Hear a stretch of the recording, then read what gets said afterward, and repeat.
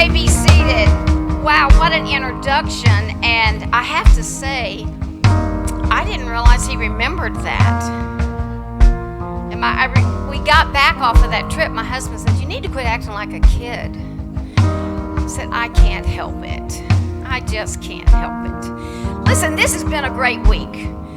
I've spent time with my daughter and the grands, and then let's not forget the beach trip. Now, some of y'all I'm not recognizing today. We all looking a lot better.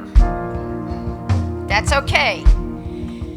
And what stays in the beach stays, right? Everybody got it? Okay, good. All right, just wanted to make sure. I do want to say thank you so much, Pastor Darrell, for sharing your pulpit. That's quite an honor to be able to do that today. And I want to say how much I honor him for his love for God and for his calling. Pastoring is a calling. You don't do that because you don't have anything else to do. And he is a great pastor. And I also want to say he is a great husband, and thank you for making Lanita a mother and me a grandmother. And happy Mother's Day to you, Lanita. This is the first time that we've been together on Mother's Day since you guys have gotten married, because we've pastored, they've pastored, and as you well know, Mother's Day is a great day for churches. It's a great day to celebrate. So I was always at my place, and she was always at hers. And so this has been special, and we have had a lot of fun. And we have just, really enjoyed it. Now, let me ask, how many mothers do we have out here? You don't have to stand, but can I just see a little hand? And if I can, yes, okay. Oh, wow. Guess what? I see a whole lot more than that. A whole lot more than that. There's a lot of mothers here that you are mothering, you are nurturing. In fact, you are passionate. You're a mix of empathy and giving, and that makes you a godmother. And it doesn't matter your age. You never outgrow being a mother. You never are too young to be a mother. We have biological mothers. We have adoptive mothers. We have blended mothers. We have mothers that are to friends, mothers that are mothers to strangers. So many times on a day like today, I think a lot of times we think about things that say, well, maybe I'm not a biological mother, an adopted mother, but oh no, it goes much further than that. I have women in my life that have been great mothers to me, that there was no genetic connection. Sometimes we'd only met for a short time. Sometimes we knew them for a long time. So count yourself as a mother, a godmother today, a spiritual mother, however you want to do, but you are a mother because of your kindness, your encouragement, helping people every day. You mother in so many ways. So today I want to honor you for what you contribute to our communities, and you make it a better place to live, to work, and to play. And so thank you so much. And I just kind of want to give honor for me to my birth mother for giving me life, and for my adopted mother who's gone on, and she better be shouting on the hills of glory right now. She's probably saying she doesn't want to, but she better be. And then to Lanita and Jason, our son, for making me a mother, and then to my grands that make me a grandmother. Now, for those of you out there that are grandparents, you do know that that's a much better, happier place, don't you? You get to spoil them, and you get to send them home. My husband says the greatest thing are the headlights and the tail lights. Sorry, kids, but we're getting old.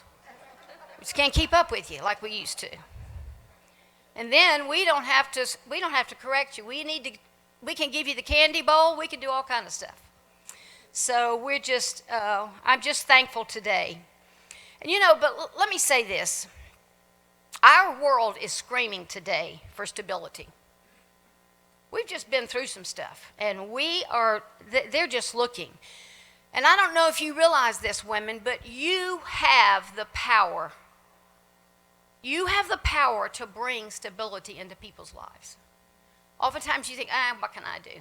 I'm just, whatever you may say, I'm just. But no, you have the power. And I want to say to you that you can be the anchor in people's lives. That's what they're looking for. And I want to talk about 4 anchors in your life that I think today, if you can get these 4 anchors, it's going to make a difference. And I'm not just talking to older women, middle-aged women. I'm talking to younger women. I can even be talking to men, because let me tell you this. These 4 anchors can apply to you. People need someone that stands for what they believe, that stands consistent, that is just an anchor for them. And I don't know if you know much about anchors. Our family, we grew up on the lake, and we loved to boat, to ski, to tube. We just had great family time.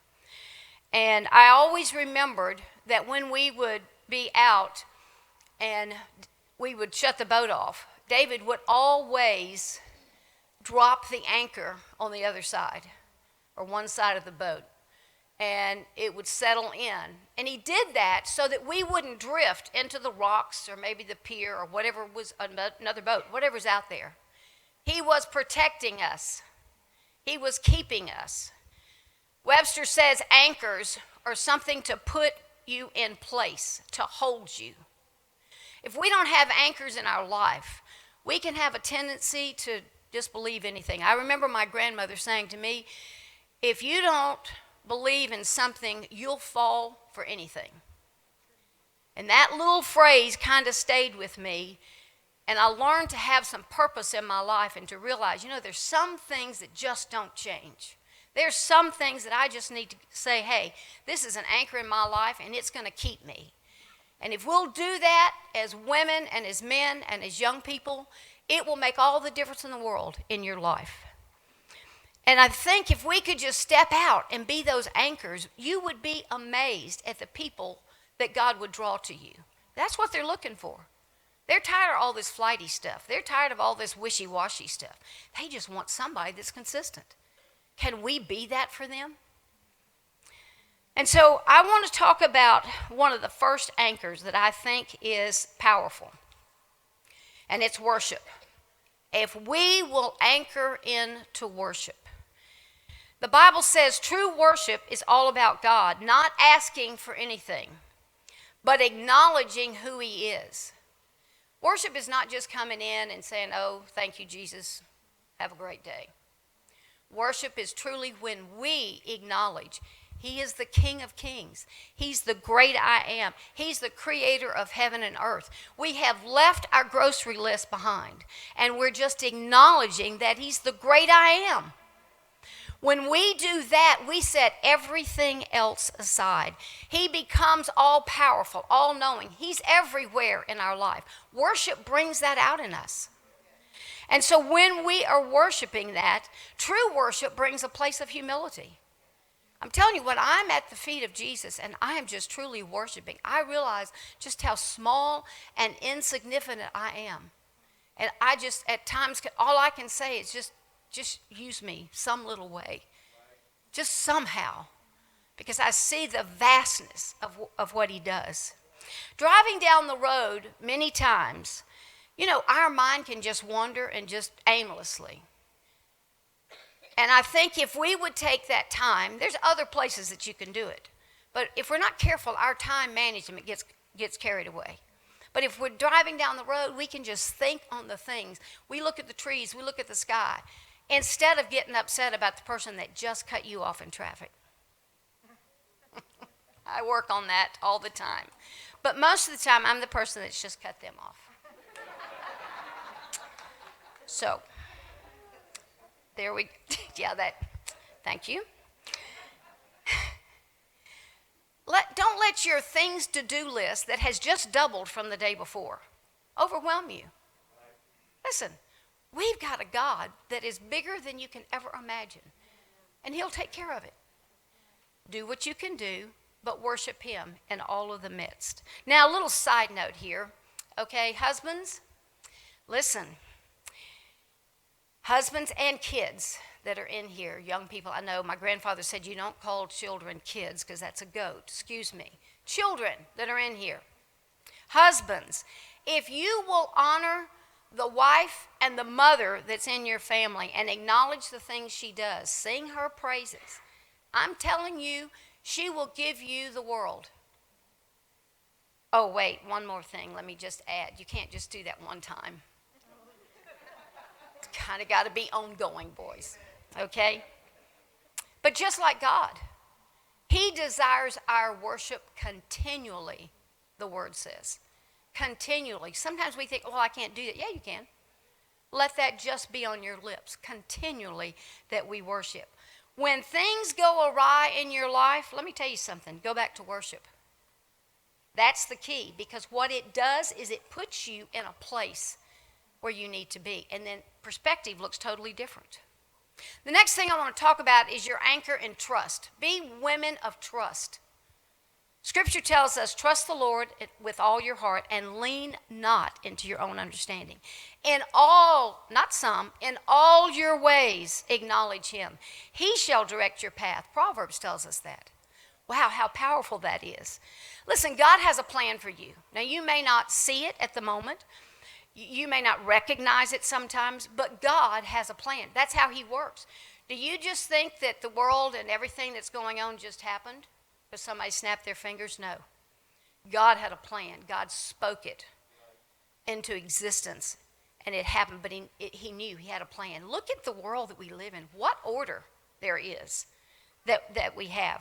I remember when David and I were making a transition, he said to me one day, he said, man, I really feel like that we should go start a church in Jackson, Mississippi. I looked at him and it just came out so fast. I do that from time to time. And I said, have you lost your ever-loving mind? And then I thought I need to reel that back a little bit. And I said, there's a church on every corner.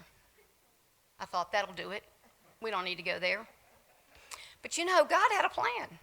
And as time kind of marched on, thankfully, he was really quiet about it. And he said, well, God, I guess you're going to have to deal with her. Which he did. And we ended up in Jackson. And God had a plan. And some things transpired. Did I see them? Absolutely not. I thought he'd lost his mind. But we'd been married, and I followed him anyway. I got there, and I realized, no, he hadn't lost his mind. There was some things that needed to be done that we could do. You see, I think sometimes we think that, oh, somebody else can do it, or I can't do that. Let me just tell you this. When God has a plan for your life, you need to do it because he chose you. And if you think somebody else can do it, well, why didn't he pick them? He picked you. Do it. Because you will do it better than the other person that you think will do it. It makes all the difference in the world. While we were there, when you start, this was like our fourth church to start, so we had a little bit of experience. I didn't want that kind of experience, but we had it. And so we had started in a home, grew from there, went, to a hotel, grew from there, went to a school gym, and that's kind of the stages that you do. And so we were driving down the road and in town, and I saw this building that they were building, and you could see the structure and the framework, and I love buildings, so I'm always noticing stuff like that. Oh, I wonder what they're doing, how that's working. I realized it was a church. And man, something just pricked in my heart, and I just blurted out again, got to work on that. And I said, David, they're building that for us. Now, he told me later he really wanted to laugh, but he didn't. Got to be careful of that laughing. And so he just looked at me, and I said, I don't know, it's just strange. Well, listen, time went on. I think everybody not everybody because nobody knew but he and I, but I think, it kind of had left our mind. And at some point, we had moved in to a place that we were looking for a building. This had become a church. People had moved in, and they were having services. They were without a pastor. And it worked out that God put the two of us together. We needed a building, they needed a pastor. And a miraculous thing really did take place, and we moved into that building. I looked back at a lot of things that transpired in Jackson. I didn't see them when David was telling me that. But when I looked back, I go, oh my goodness, 1, 2, 3, there's all the steps, there's the plan. You see, you've got to trust God with the plan because he's got it. But he needs you to trust him. Look at your children. You want them to trust you, don't you? So you do things for them for their good. It's exactly what God's doing, just for our good. He's just up there saying, trust me. Hold on. Wait just a second. I got it. That's what he's saying. Well, maybe not quite like that, but I think so. Hey, listen, learn his timing. I tell people all the time, it may be the will of God, but it's not the timing. People rushing off here and there. If you are not prepared, it may not be the right timing. You might mess yourself up. So make sure that your timing is what it needs to be. Many times I thought, do you remember me? Didn't we just have prayer? Do you remember me? You know my address, my phone number? I haven't heard from you. You haven't called, nothing. It's blank out there. But that doesn't mean he's forgotten. That means he's waiting on us to get our act together. And many times when I go back to worship, then I get a whole new perspective and I see what he's trying to say. Learn your timing on things. I had a friend of ours that when we moved to Little Rock, Arkansas, we've lived a lot of places, and so we moved to Little Rock, Arkansas, and this girl we had worked with before, just, great person and talented and music and talented and gifting and administration and all that. And so she was going to come and move to Little Rock and help us, and that put her closer to home. And so she comes, and we're excited, and she's staying with us for a little while. And so she's looking for a job, and first job, second job, third job, nothing. Interview, I should say, not job. And she's a little discouraged because she's never had trouble finding one before. And so I'm really trying to help her. I'm saying all the right things. And I say, man, it's okay. God's got it. He's got the right job for you. And so she had an interview that afternoon. We prayed. I'm all pumped up, feeling good. And she calls me about 4:30 that afternoon. And she is so hysterical on the phone that I'm going, okay, calm down. I'm thinking she's had a wreck. Somebody's died, And she said, I failed the typing test. And I'm listening to that, and I start laughing. Now, that wasn't good. That was not good, I know. But as a pastor's wife, I did a few strange things. And so I just got hysterical about the whole thing. And I said, you got to be kidding me. I said, you who have never made an A- in your life, graduated valedictorian of high school and college. And I said, don't you get it? That's God. You're not supposed to be at that job. And if you'd have passed it, they'd have probably offered it to you, and you're so desperate, you'd have taken it. She finally calmed down, and I said, hey, hang on. It's okay. You got it. It's going to happen. 2 days later, the president from the University of Arkansas called her, and she had already interviewed to be an administrative assistant to him, which is the job she wanted all along. But guess what? They had to move a few people around. They had to rearrange some things, and that's what they'd been working on ever since she'd had the interview. Only they had called her and tell her that. She had to trust God. She had to trust his timing. God gave her that job. It was incredible, the things that happened through her. They even paid for her to go finish school and get her PhD. I mean, listen, when God does it, he does it well. Trust him, and you will know that it can't be any better when you're trusting him and things are happening. Let me tell you this too. We talk about trusting God. You need to learn to trust others.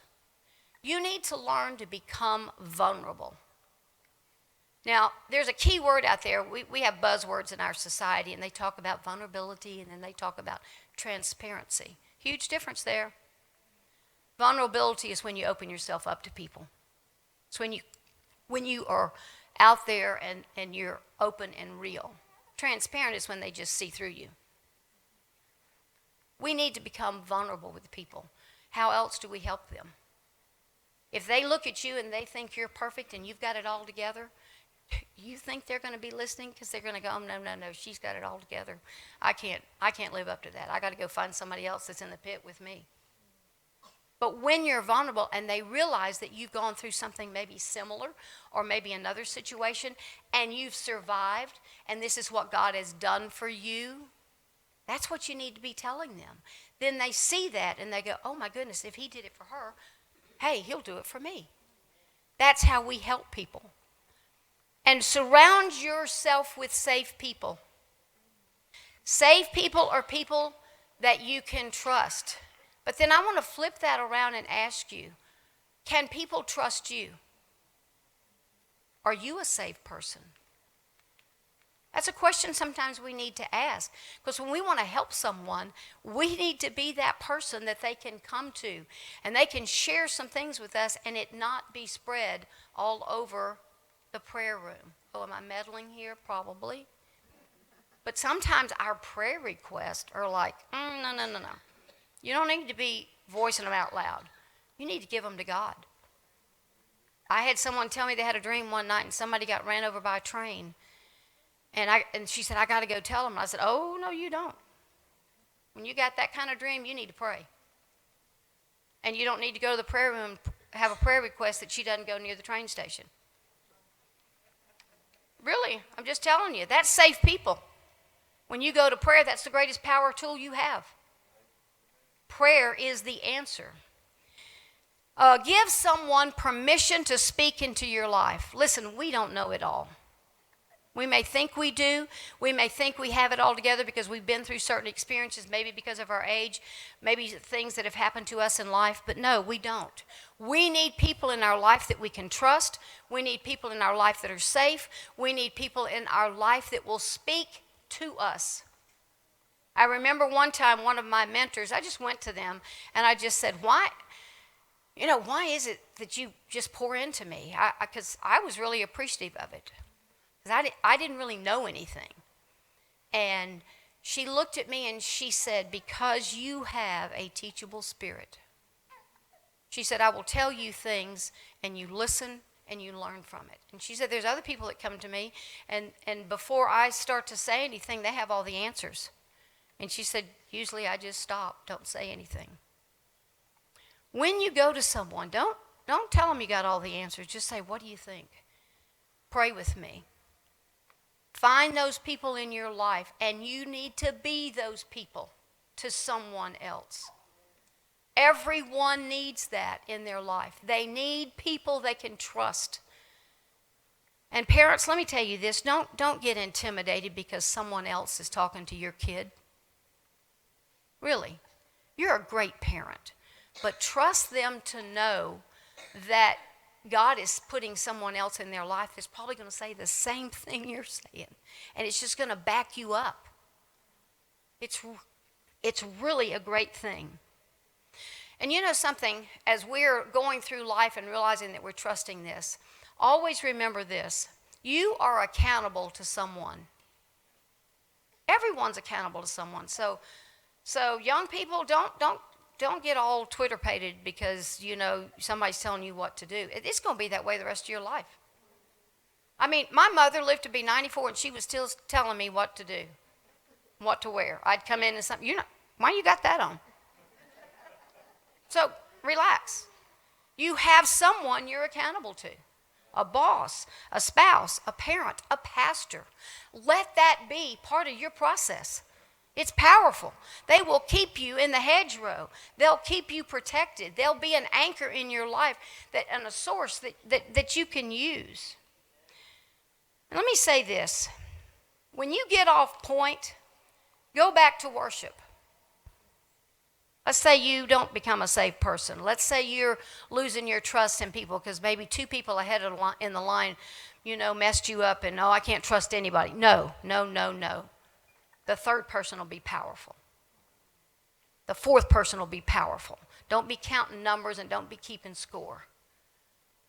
Don't get off point with those kind of things because it messes you up. And if you will just return to worship each time you start questioning, that's your key anchor, is our worship to Him. And I want to talk about women of grace. If a woman will anchor into grace, I'm telling you, 2 Corinthians 8:7 says, as you excel in everything, in faith, speech, knowledge, be diligent. Okay, so we covered all that. See that you excel in acts of grace also. See, sometimes we just read the first part of the scripture and we forget the other part. Excel in acts of grace. Listen, women of grace are powerful. They are so powerful. Give from your heart, not from your mind. Out of the abundance of the heart and the mouth speaketh. Be kind. Be thoughtful. Be present. I can't tell you how many people are not present, really. You may be standing in the room, you may be sitting there next to someone, but you're not present. You're somewhere else. They need you to be present. It says far more than your opinion. You don't have to know everything to give something. We just need to show some grace when it's needed. Offer a helping hand when no one's asked. That's gracious. Remember the verse that says it's more blessed to give than to receive. Well, now, we really love that giving part. But listen, if you're giving, somebody's got to learn to receive. We need to learn to do both. We need to learn to be gracious in receiving. That's powerful because you've allowed someone else to be blessed. But you are also being blessed because you have learned to receive with grace and kindness. Take time to listen. Well, that's really important. So many times when I'm counseling with couples, the major problem is nobody's listening. They're all thinking about what they're going to say next while that person's talking. Kids, parents, it's universal, lack of communication. I'll ask people sometimes, define communication, and they're always saying, talking, da-da-da, and I said, no. Listening is the most important thing in communicating. Because you have heard the other person, you've heard the other situation totally. Then you quietly can say, okay, God, help me give the right answer. Instead of it being in the heat of the moment. Or instead of it being defensive. Take time to listen. Let love prevail when anger arises. Love always wins, you know. I say that all the time. You can't love too much. Love always wins. Sometimes we think that's a weak statement, but it's powerful. When we think that Jesus Christ went to the cross because of love, that doesn't get any more powerful than that. How can we ever give our best to God when we've given our worst to others? Paul wrote in Corinthians, grace be unto you and peace from God our Father. Then he also said, chapter down or two, my grace is sufficient unto thee. My strength is made perfect in weakness. That is so powerful. Women of grace, I'm telling you, the Bible says that God opposes the proud, but gives grace to the humble. Listen, women of grace, people will be drawn to you like a magnet. I hear people say a lot of times, oh, I don't have any friends. Well, I don't know, did you check out why? Are you friendly? Are you a woman of grace? Can they trust you? Are you a safe person? All of those things that I've talked about, I'm telling you, people will be drawn to you. You will have so many people coming to you that you probably can't manage it. But let me tell you something. The bottom line here is not the number of friends that you have or what you're doing so much. It's who are you helping? Who are you mothering? Who are you a godmother to? Who are you encouraging? That's the bottom line there. Who are you helping to get on the other side of eternity? That's the key. When you lose touch with people, let me just say, return to worship. That's what's so powerful. is the worship keeps us in line. Last but not least, I want to say this about godmothers. And I use that term referring to spiritual mothers. You may be a biological, you may be an adoptive mother or a blended, but you're also a spiritual mother. You're a godmother. And a godmother is full of wisdom. Wisdom is one of the most powerful anchors you can have in your life. 1 Thessalonians 5:11 says, "Comfort and edify one another." I love what the Message says, how it phrases. It says, "Speak encouraging words to one another, build up hope, so that you will be together and no one left out or alone." Don't you like that? When you see someone sitting by themselves, go sit down next to them. You don't have to give them a deep Bible study. Please don't. Just say, "Hey, good to see you. Glad you're here." You don't even have to know their name to say that. But you're someone, you're present with them. And there's no telling what may develop from that. That may end up being a lifelong friend. Every woman here can be a godmother. God put into the heart of a woman to nurture. When we become that nurturing mom, all kind of things transpire. That's what God put in us. That's what we're supposed to be doing as women. 2 Timothy says, "Stir up the gift that was once your grandmother's, that was in your grandmother and your mother, that was in you." Listen, you have gifts that you haven't even stirred up. They're there. Maybe you just haven't applied them yet. You're always thinking, well, somebody else can do it better. No, they can't do it better than you. You're the one God picked. Go do it. Really. Don't be looking in the mirror and saying, "I can't." Yes, you can. If it's here in your heart, that means God's speaking. Listen, God doesn't hit you in the head with a baseball bat. Still small voice. And if you hear that, you go, "Oh, he thinks I can." You remember the little train? I think I can. Well, carry that on. You can. I'm telling you. God's called you. One thing I want to ask you here is, who's following you? You ever ask yourself, who's watching you? You ever ask yourself that question? It's an important question. Because in order to lead, in order to be a spiritual godmother, in order to nurture, people are watching you. They're going to be following you. So what are they seeing and hearing from you? Is it negativity? Is it anger? Is it frustration? Is it fear? Or are they seeing love, kindness, hope, peace? God will give you the wisdom that you need. Praying for wisdom is the prayer that God always answers. Did you know that? He always answers that prayer. And if you haven't been praying for it, start praying now. I'm telling you, it will multiply your life. Know this, that when emotions are high, wisdom is low. Keep it in check. If you are not leading by example, you need to go back to worship. Jesus Christ was our greatest example. And I want to wrap up and say this. Become a woman that you are called to be by being full of worship, being a woman of trust, being a woman of grace, and a woman full of wisdom. Those anchors will keep you aligned with the things of God. You will not go astray. Your life will be fulfilled. You will have things that will develop in your life, your ministry. And when I speak of ministry, ministry does not mean that you stand here. Ministry happens more in those seats. It happens more at your coffee table, at your dining room table, at Starbucks. That's where ministry really takes place. Let those things be evident in your life. You don't have to wear a sign that says, "Today I'm full of grace."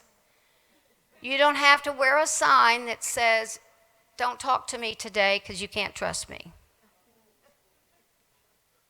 I'm just saying, you have these things in your life, and I'm telling you, you will be full and rich with the presence of God, and people you will be able to pour into them and you will change their life direction. We've got a world out there that is lost. They are hurting. They are stumbling around. They don't know who to believe. They don't know who to trust. And they got to trust you before they can trust Jesus. You're their Jesus for the moment. Many of them have been so hurt that they don't know what to do. They need somebody in their life that can really be there and be an anchor for them. Take these anchors, put them in your heart, and I just pray that today that you will let this be something that is rooted in you and something that you pray and say, Lord, help me to be a woman with these anchors in my life. In Jesus' name, thank you so much. It's a great day in Jesus.